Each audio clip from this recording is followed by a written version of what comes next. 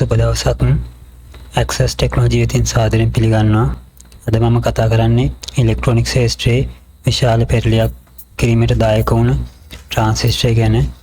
මෙහිදී මූලික කරුණු වශයෙන් එහි ඉතිහාසයත්, වර්තමානයත්, ට්‍රාන්සිස්ටර් භාවිතයත්, ඒවා ක්‍රියාකාරීත්වයත් ගැන කතා කරනවා. ඒක නිසා මේ වීඩියෝ එක ඉතාමත්ම ප්‍රයෝජනවත් වෙයි. මාත් එක්ක දිගටම රැඳී ඉන්න කියලා ආරාධනා කරනවා. ඒ වගේම මගේ channel එක subscribe කරන්න, bell icon එක click කරලා all දාගන්න. ඒ වගේම තවත් කෙනෙකුට බලන්න පුළුවන් විදිහට share කරන්න. එහෙමනම් අපි මේකේ ඉතිරි කොටස් ටික බලමු. මුලින්ම මම මේ ට්‍රාන්සිස්ටර් ඉතිහාසය ගැන පොඩ්ඩක් කෙටියෙන් කතා කරන්නම්. 1907 තරම් ඈත අතීතයේට මේ ට්‍රාන්සිස්ටර් වල ඉතිහාසය යනවා.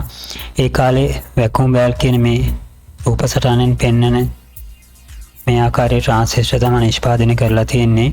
මේවා ප්‍රමාණයෙන් තරමක් විශාලයි. සාමාන්‍ය අංගල් 2ක් 3ක් වගේ සයිසස් වලින් තියෙනවා.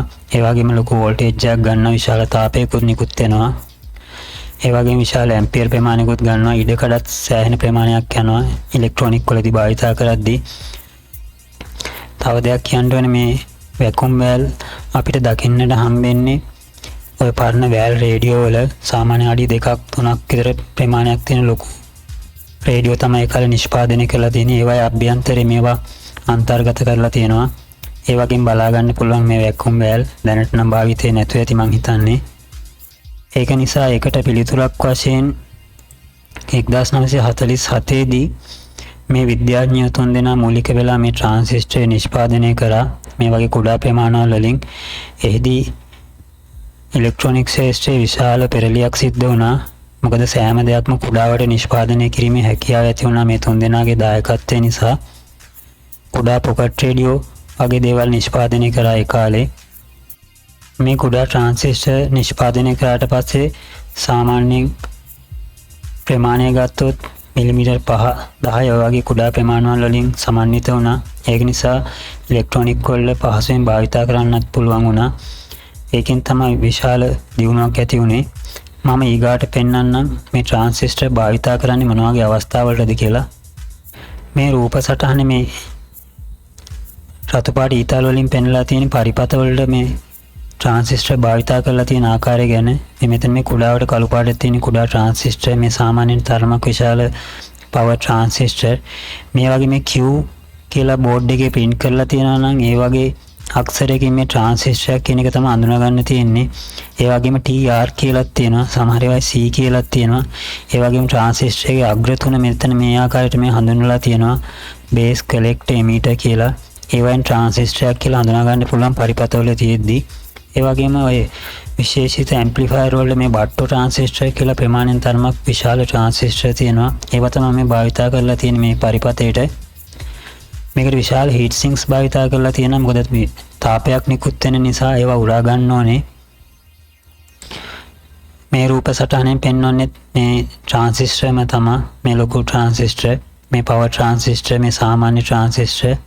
ඊගාට මම කෙටි වීඩියෝ එකක් පෙන්වන්නම්. ඒකෙදී ඔයගොල්ලන්ට තේරෙයි මේ ට්‍රාන්සිස්ටරේ ක්‍රියාකාරීත්වය කොහොමද සිද්ධ වෙන්නේ කියලා. මේ වීඩියෝ එකකින් මේ මයික් එකට ගන්න කුඩා සිග්නල් එකක් තියෙන අපේ කටහඬ. ඒක මේ ට්‍රාන්සිස්ටර් කරා වර්ධනය වෙලා මේ විශාල ශබ්දයක් බවට පරිවර්තනය වෙලා මේ ස්පීකර් එකකින් නිකුත් වෙන ආකාරය තමයි මෙතනින් පෙන්වලා තියෙන්නේ. මේක සරල උදාහරණයක්. ට්‍රාන්සිස්ටර් වර්ධකයක් විදිහට භාවිතා කරන්න පුළුවන්. මෙතනින් ට්‍රාන්සිස්ටර් ස්විච් එකක් විදිහට භාවිතා වෙන ආකාරය තමයි මේ වීඩියෝ එකෙන් පෙන්වන්නේ. මෙතන සාමාන්‍යයෙන් මේ ඩිජිටල් ඉලෙක්ට්‍රොනික වල පරිපතයක් මෙතන තියෙන්නේ. එක පැත්තකින් විදුලි ධාරාවක් දුන්නාම ඔන් වෙලා මේ LED බල්බ් එක පත් වෙනවා. ඒ ආකාරයට තමයි මේ ට්‍රාන්සිස්ටර් වල ක්‍රියාකාරීත්වය සිද්ධ වෙන්නේ. ඊගාට මම පෙන්වන්න මේ ට්‍රාන්සිස්ටර් වර්ග කිහිපයක් විවිධ හැඩවලින් තියෙන. මේ සාමාන්‍ය මේ පවර් ට්‍රාන්සිස්ටර් තමයි උඩම තියෙන මේ සාමාන්‍ය ට්‍රාන්සිස්ටර්. දැන් මේ ට්‍රාන්සිස්ටර් සාමාන්‍යයෙන් පරිපතවල දැනටත් භාවිතා කරන මේ කුඩා ට්‍රාන්සිස්ටර්. මේ වගේ අංකයක් තියෙනවා. අංකයෙන් තමයි ට්‍රාන්සිස්ටර් හඳුනාගන්නේ. මේ හැම එකම අංක භාවිතා කරලා තියෙන. ඒවට අදාළ ඩේටා ෂීට් තියෙන ඉන්ටර්නෙට් එකෙන් ගන්න පුළුවන්. මම ඒකේ වෙබ්සයිට් එක ලින්ක් එකක් දාලා තියන්න. ඒකෙන් මේ ට්‍රාන්සිස්ටර් වල වෝල්ටේජ්, ඇම්පියර් ප්‍රමාණවල, කලෙක්ටර්, බේස් කියලා අග්‍ර තුනක් තියෙනවා. ඔයගොල්ලන් දන්නා මෙන්න මේ අග්‍ර තුන. මේකෙන් හොයාගන්න පුළුවන් ඒ කලෙක්ටර් බේස් කොහොමද පිහිටලා තියෙන්නේ කියලා. මේ තියෙන්නේ ඒ විදිහම ට්‍රාන්සිස්ටර් විවිධ අවශ්‍යතාවයන් සඳහා නිෂ්පාදන සමාගම් වලින් නිෂ්පාදනය කරලා තියෙන මේ ට්‍රාන්සිස්ටර් මේ තියෙන SMD ගණයට අයත් ට්‍රාන්සිස්ටර් මේවා සාමාන්‍යයෙන් කම්පියුටර් මදර්බෝඩ් වල ඒ වගේම ෆෝන් වල මදර්බෝඩ් වල කුඩා පරිපථ වල චාර්ජර් වල ඒ වගේ දේවල් වල භාවිතා කරලා තියෙනවා. මේවා ප්‍රමාණයෙන් ඉතාමත්ම කුඩායි. මේ තියෙන්නේ විවිධ අවශ්‍යතාවයන් සඳහා භාවිතා කරන ටිකක් දුර්ලභ ගණයේ ට්‍රාන්සිස්ටර් පෙළක් මෙතන තියෙන්නේ. මේවත් නිෂ්පාදන සමාගම් වලින් ඒ අවශ්‍යතාවයන් වලට පරිපථ සඳහා භාවිතා කරලා තියෙන. මෙතන මේ SMD එක අග්‍ර තුන තමයි මෙතන මේ පෙන්නලා තියෙන සිම්බල් එකක් විදිහට collector base emitter. මෙතන මම පෙන්වන්නම් මේ ට්‍රාන්සිස්ටරේ අග්‍ර තුන මොකක්ද කියලා. මේ සාමාන්‍ය PNP සහ NPN කියලා වර්ග දෙකකට ට්‍රාන්සිස්ටර් අයත් වෙනවා. ඉදිරියේදී මම ඒ ගැන තවත් කතා කරන්නම්. මේ සාමාන්‍ය සිම්බල් එක collector base emitter කියලා අග්‍ර තුනක් තියෙනවා. මේ emitter කියන්නේ සිංහලෙන් විමෝචකයට, collector කියන්නේ සංග්‍රාහකයට, පදම කියන්නේ base එකට. මෙතනත් තියෙන මේ PNP ට්‍රාන්සිස්ටර් එක සංකේතේ, මේක NPN ට්‍රාන්සිස්ටර් සංකේතය. එතන මේ ඊතලයේ ඔයගොල්ලන්ට තේරෙනවා ඊතලයේ එළියට තියෙන්නේ NPN වල, ඊතලයේ ඇතුළට තියෙන්නේ PNP වල. මේ සාමාන්‍ය රූප සටහන් දෙකක් මේ තියෙන්නේ ට්‍රාන්සිස්ටර් වල. මේ තමයි data sheet ට්‍රාන්සිස්ටර් මේ වල අගයන්, වෝල්ටේජ්, ඒ වගේ මේ වගේ sizes, ප්‍රමාණවල, විශාලත්වයන්, ටෙම්පරේචර් එක ආදී දේවල් මේ data sheet වලින් බලන්න පුළුවන්. නිෂ්පාදන සමාගම් විසින් මේ data sheet ඉදිරිපත් කරලා තියෙනවා. මේ වෙබ්සයිට් එකකින් ඕනම data sheet එකක් ගන්න පුළුවන් මේ ට්‍රාන්සිස්ටර් වල. මේ තියෙන කම්පියුටර් ප්‍රොසෙසර් වල විශේෂයෙන් මේ ට්‍රාන්සිස්ටර් භාවිතා කරනවා.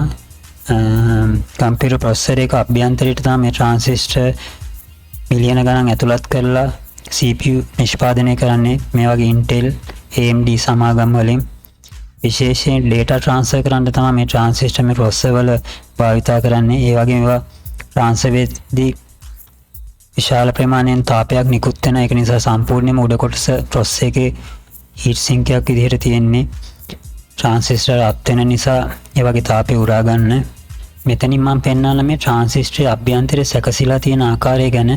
මේ තියෙන මේ සාමාන්‍ය අපි භාවිතා කරන කුඩා ට්‍රාන්සිස්ටරේ පැත්තක් කපා ඉවත් කරගත්තාම අභ්‍යන්තරයේ පෙනෙන විදිහට මේ අර්ධ සන්නායක වලින් තමයි මේ ට්‍රාන්සිස්ටරේ නිෂ්පාදනය කරලා තියෙන්නේ. මේ කොටස් තුන collector base emitter.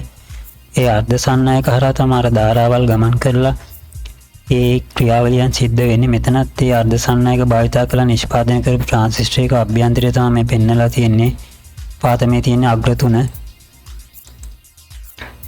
මේ සාමාන්‍ය භාවිතා කරන අර යකඩ කැප් එකක් විදිහට තියෙන ට්‍රාන්සිස්ටර්. මේකෙත් මේ අර්ධ සන්නායක ඇතුලේ අන්තර්ගත කරලා තියෙනවා.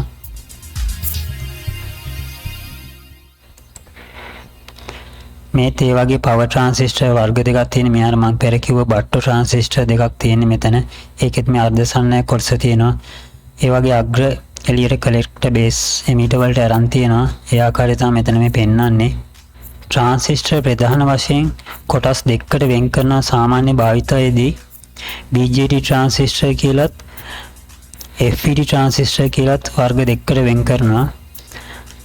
වැඩි වශයෙන්ම භාවිතා කරන්නේ BJT ට්‍රාන්සිස්ටර් වගේ වර්ගය. ඒ වගේම FET භාවිතා කරනවා.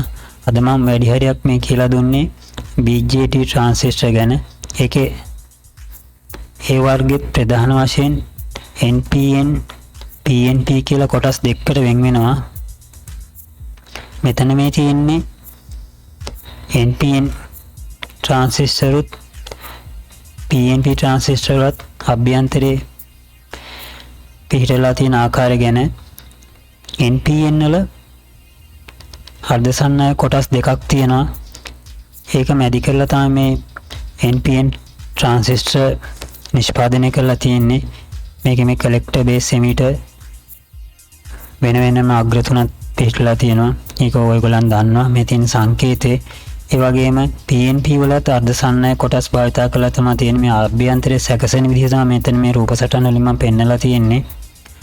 මේකෙන් ගොඩක් තේරුම් ගැනීමට හැකියාව හම්බෙනවා. ඉලෙක්ට්‍රෝන මේවා හරහා තමයි ගමන් කරන්නේ. ඉලෙක්ට්‍රෝන ගමන් කරලා ඒ අවශ්‍ය ධාරාව වැඩිවීමද අඩුවීමද ඒ වගේම ස්විචින් විදිහටද වැඩ කරන්නේ කියලා මෙතන සිද්ධ වෙන විශේෂ ක්‍රියාවලියක්.